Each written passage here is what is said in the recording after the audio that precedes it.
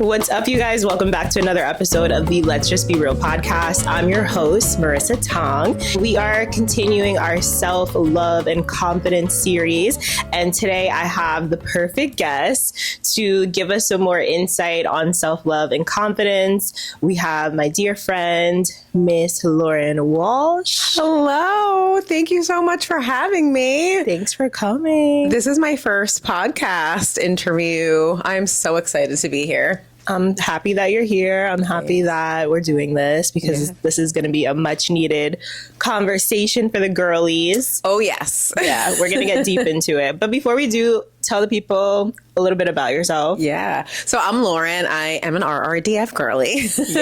But I'm also a therapist. I'm a licensed therapist and I'm a certified master life and relationship coach. And I've been a therapist for a long time, actually a decade, which is crazy. But just within the last year, under a year, I started my own private practice. So I'm doing that and building it up on the side. Thank you. I'm loving it. It was a lot, but I'm loving it. It's called Be Kind to Your Mind Counseling, and it's focused on women. I see almost all women that are having relationship issues, dating issues, single and not happy about it, fresh out of a breakup, all that kind of stuff. Mm-hmm. So let's dive right in. Yeah. What made you want to work with women specifically and like help them throughout their like dating experiences or relationship experiences, and I guess just like life experiences? Yeah. So I wanted to focus my practice on that because by far it's the thing I'm most passionate about. And it's because of my own experiences and things that I've been through in my life. Like I have been through so much when it comes to relationships and dating and heartbreak. And I've just come such a long way that I wanted to make it like my mission to help as many women as I can like get there too and like heal from all that stuff, because being on like the other side, like after you've worked through it all, it feels so good and you feel so much better when you can feel like more in control in your dating life. Yeah. So I feel like people feel like lost and oh yeah, it is a struggle. It's hard. And we are gonna talk like about the dating, like I don't know what's going on, but Lauren's gonna give us some insight. Okay, I'm out of the dating scene, and not because I'm taken. Okay, I am single, and I know I don't talk a lot about like my relationship status on this podcast. I don't talk about like anything personal really, but I do want to dive in today and just talk about like what's going on with dating, because we're hearing so many women like saying that they're not having luck, that they're giving up, that they're just not finding someone who meets their standards, right? Like that's a big thing, standards. And when I was dating, like when I was in the dating world, like actively trying to pursue, you know, someone, I dealt with a lot of that too. I felt like my standards were too high, or that, you know, people just weren't matching up to what I wanted. So like, what's going on, girl? Yeah. I wish I could tell you what's going on. No, but I have some theories. It is a mess out there. I am in the dating world. I'm not seeing anybody, but I'm in it. I reactivated my online dating profile recently. And so I'm right there with everyone else experiencing, you know, what's going on out there. And it is really hard. A lot of people just not ready for commitment, not finding people that are like remotely on your level or have the same goals in life or view or respect relationships the way that you do. It is a lot of games. A lot of people like fresh out of stuff that didn't heal, and they're like trying to find the next person to like move on and, you know, maybe forget about what happened. Right. Like a lot of rebound. So it's rough. It is really rough out there. Yeah. What are some main like issues? We'll go first like with you personally, because you're in it, you know, right now. So like what are some things that you're seeing, or what are some like roadblocks that you've been running into, or like things that you've been hearing consistently from men? Initially saying that they really want a relationship, and you know, they like a boss woman, and they like a woman that's independent and has a lot of goals and is like ambitious, but then when it actually starts to feel like a relationship, the pullback happens. So nothing has changed. Nothing has changed. Like, this used to happen to me like 10 years ago. Yeah, it's crazy. It's worse now. It's worse now. It's worse now. Yeah. I'm disgusted. And I know it's awful. And I think it really has to do with like a lot of people just not working through their past. And like these little things, you know, like they're like micro rejections or whatever you want to call them, but like so many over and over again, like it really starts to affect people, both men and women. And I think that's why it's getting worse, because no one's working through any of it. So it's just continuing to pile up, and that's what's showing up with you on dates. That's yeah. So would you say that, like, because I know what I'm going to say, but would you say that everyone needs to be in therapy before they start dating, or should they be doing some type of like inner work, healing work? I mean, I fully support that, and I think so, because if you don't, everyone has experienced something in their life that's been challenging, or in relationships, and most people have experienced more than one thing. So I highly recommend that, because you have to work through it, and you have to find out like where certain things are coming from, like certain behaviors, certain feelings, like certain points of view, like whatever it is. Like, you really have to understand yourself. You have to understand your past in order to like show up fully, show up like properly, be able to like be available. I feel like you have to work through that stuff. Like, you can't just avoid it, because avoiding it, like, that's what so many people are doing, and like this is what we're seeing. Yeah, like avoiding whatever, either past traumas, past relationship traumas, internal, you know, blocks that, or maybe like just viewing a relationship in a certain way and then not expressing it to that person, like not being clear about what the expectations are, or, you know, however they see a relationship. So I think like what I'm hearing like from my friends and from you is that like people are just not on the same page. They're not. Yeah, people are not on the same page. And then also like when it comes to therapy, I'm seeing like a lot of women doing the work. Most of my friends are in therapy. Right? You're a therapist. Yeah. You know, and it's like, I'm in therapy. We haven't talked about that too much on the podcast yet, but like a lot of girls and women that I know, they're doing the freaking work, and these men are not. And this is not to bash men, okay? If you're watching this and you are in therapy, shout out to you. Shout out to you, seriously.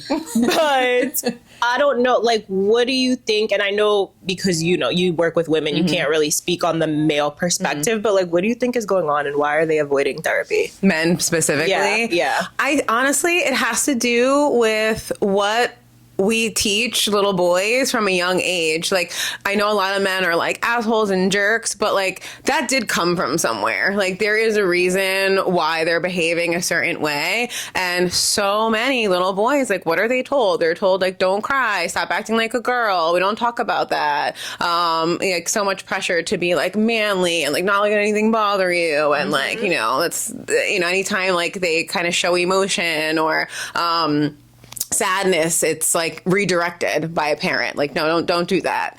And that has meaning. It really does. So now we want adult men to be more in touch with their feelings and communicate and say what's on their mind. But like their whole life, they were told not to do that. So I'm not trying to make excuses for them, but that had an impact. I agree. I can definitely see that. And I think too, you know, depending on like culture or, you know, generation and family, you know, some families and generations and cultures are going to be more supportive of that, of like therapy and expressing your feelings and all that. But I can say specifically, like for me as a Black woman, a lot of Black men specifically are taught to like not express themselves, and also like just dealing with things that they do in the regular world of like, you know, microaggressions and things that we deal with too as Black women. But I think specifically with them, like they're more likely to just like internalize it and never talk about it. And then it shows up in like relationships or in a family dynamic, which is really like scary. But let's pivot a little bit. So what advice would you give women who are dating right now? They're on these apps, or they're out, you know, going out to bars or whatever. I don't know where you meet people nowadays. Please let me know if y'all know. But what advice would you give them when they're just not getting any type of success or luck, or, you know, they're like, you know, I'm doing all that I can do. I'm working on myself. I'm going to the gym. I'm, you know, trying to become a better person, and I'm just not finding someone to match up with what I want. Yeah, it is so hard. Like, shout out to all the girls that are doing all of the things, doing the inner work, like working on like their own lives and career and everything. Like, it is so hard to feel like you're the full package and not have met anyone that sees that or has recognized that yet, or like wants that. It's so hard. So seriously, shout out to those girls and ourselves. Yeah, shout out to us. We're really talking about ourselves. But I like, my advice, and like those girls are already doing this, but keep pouring into yourself and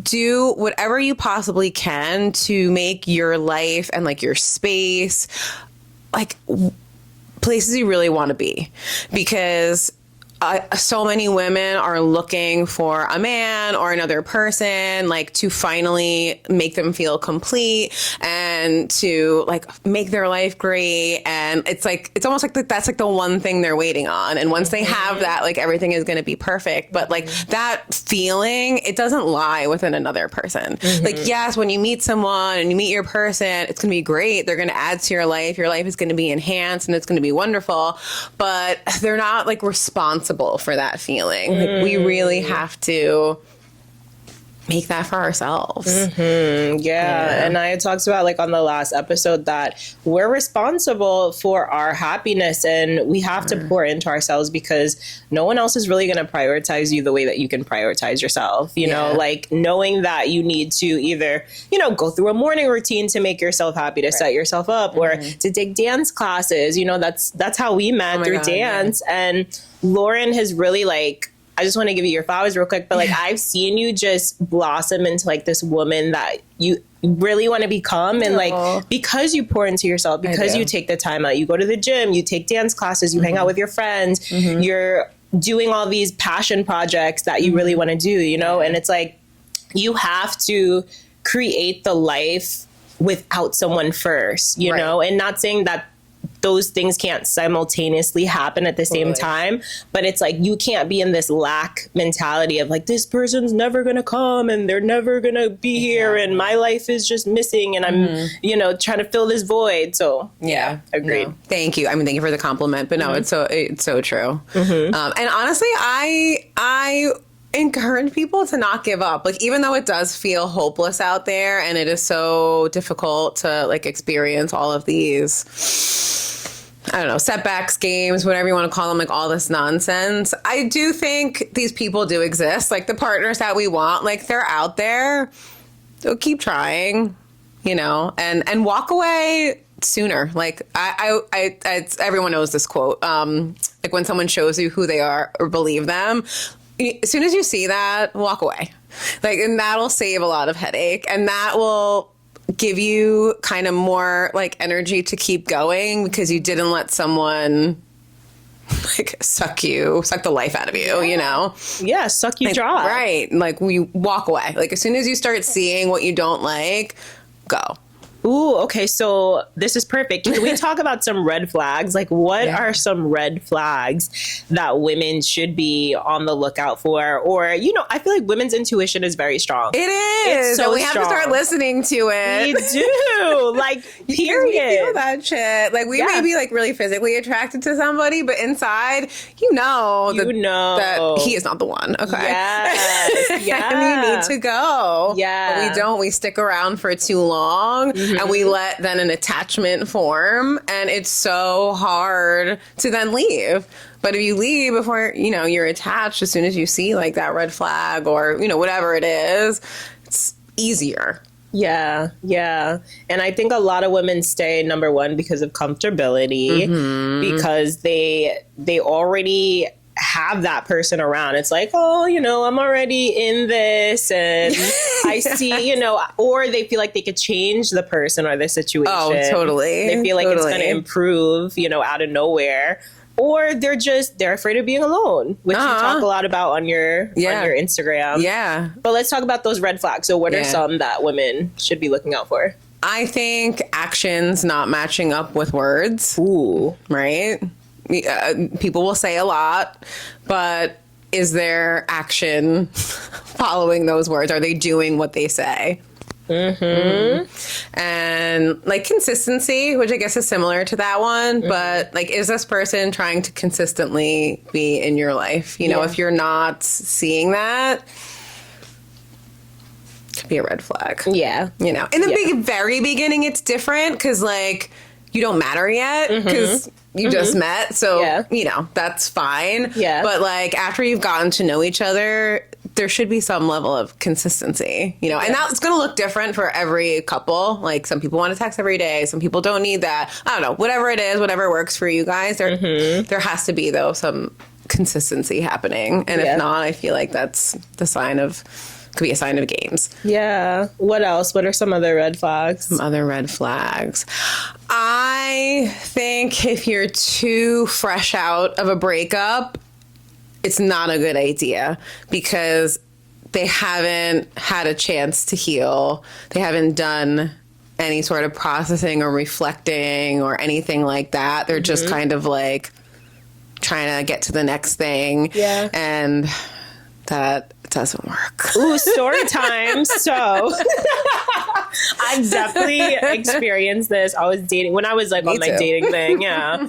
There was this guy that I was dating and we had like met and he had told me like he just got out of a relationship. I want to say I met him in like June or July and he had just gotten out of this relationship in like January, February. And he was living with this woman. Like it was a full relationship. He said he was about to like propose to her and they both had kids and you know, it was like a family type situation. So I'm like, well, like, are you over this situation? Like, are you sure that you should be dating right now? He's like, yeah, no, I'm good.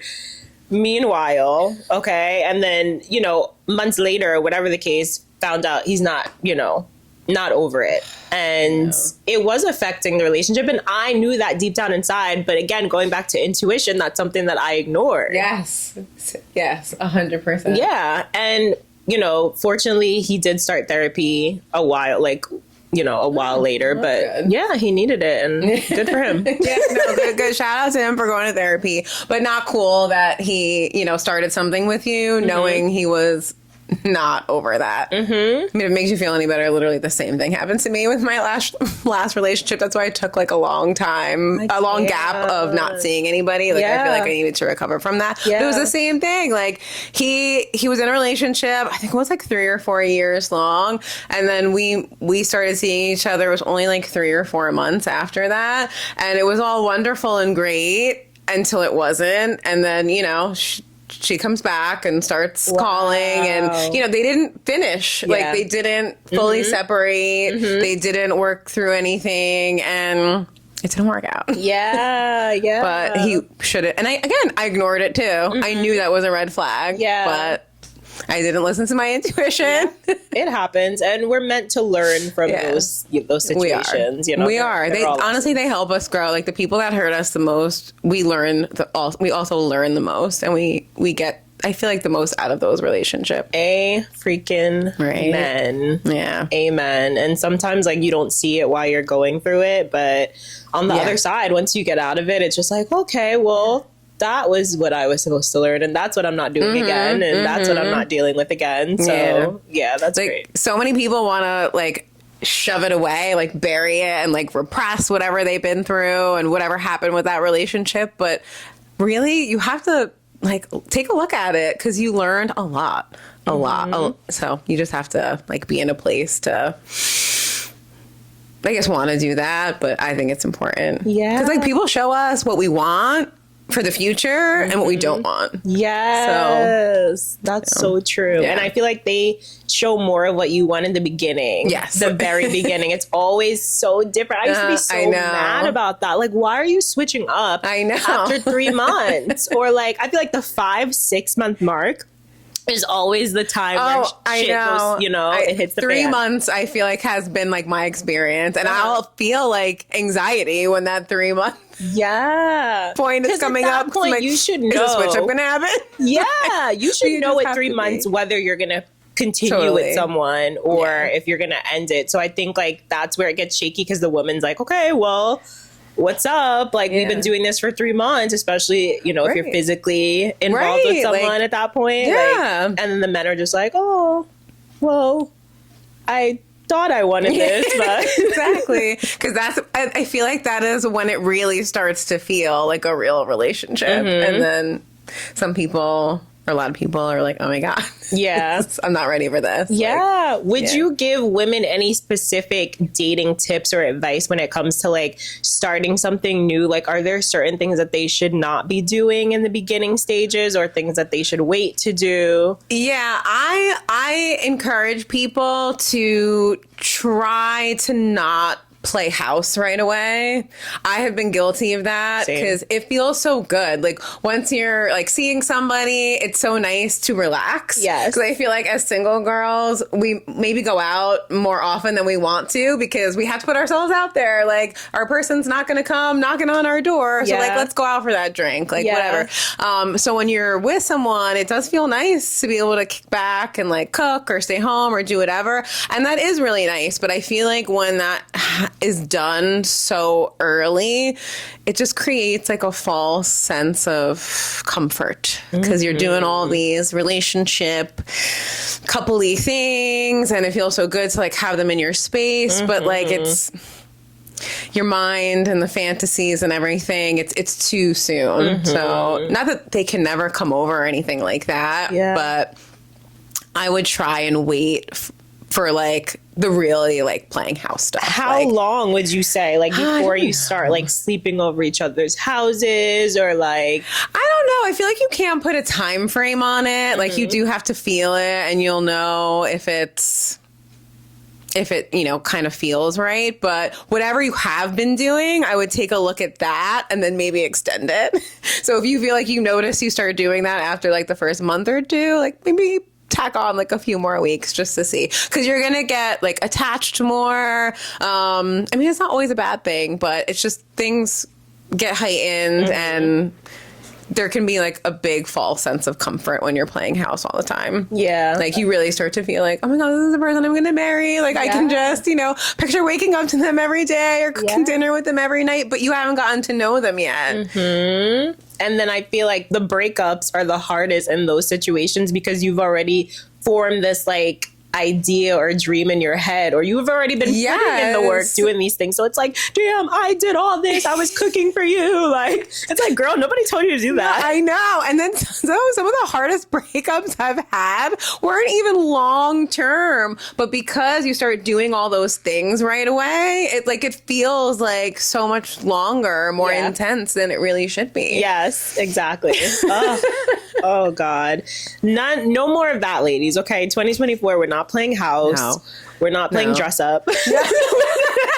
We're not. We're not. Give it some time before you let someone into your space. Yeah. Give it some time. I can't put like weeks or months, but give it some time. Yeah. This was such a good conversation. I want to end with a little advice that we can leave to the women listening or watching as far as like building their confidence and dating and keeping their standards where they are. If they feel like they have high standards, like how can we encourage them to continue on, you know, with the dating journey and still maintaining a high level of confidence and standards? I mean, I think it goes back to what you're doing in your own life. So pouring into yourself, but also making sure that you're putting yourself outside of your comfort zone with like whatever it is that you're doing. I think, you know, you have to be putting yourself in situations, whether it be activities or trying new things. You have to get out of your comfort zone a little bit. I know it's such like an overused term, like comfort zone, but it's true because you're not going to grow if you're not uncomfortable. So like you want to like strengthen your confidence or increase that, like that comes from putting yourself in situations or activities or around other people that are growing. So doing that, like getting involved in something that's going to lead you to a community is really important. But again, that can be really uncomfortable. That can be really scary to show up somewhere new. You know, like even like a lot of people, I think, are scared of your classes at first, right? Like it's so scared to like take a dance class I've never danced. Yeah. But then when they come,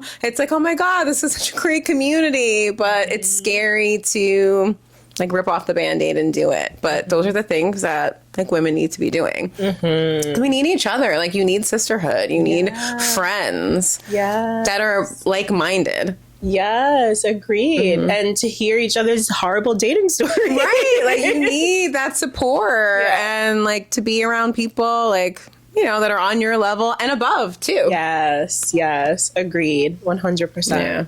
That was so good. Thank you so much, Lauren. Thank you for having me. I'm so excited. This was so exciting. Yes, I appreciate it so much. Of course. And Lauren also has her podcast, Let's Go Girls. So you guys can check that out. I'm going to link it in the show notes and let them know where they can find you on social media. Yes, thank you. You can find me at Be Kind to Your Mind Counseling, NJ like New Jersey. And I share all sorts of relationship, dating tips. I talk about all things love and all that kind of stuff on there. So follow me. Yes. And if you guys are listening on Spotify or Apple, make sure you guys leave a rating and review. You know, I'd be asking for that every single episode. Give her 5 stars, okay? Please. She needs it. Please. She deserves it. She's earned it.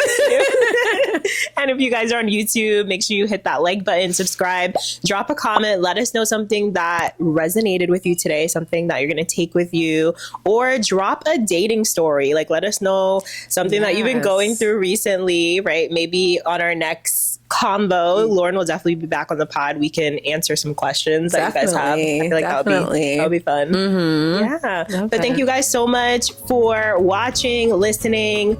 Enjoy the rest of your day, and we'll see you on another episode. Thank you. Good day, guys. Bye. Breathe. Inhale.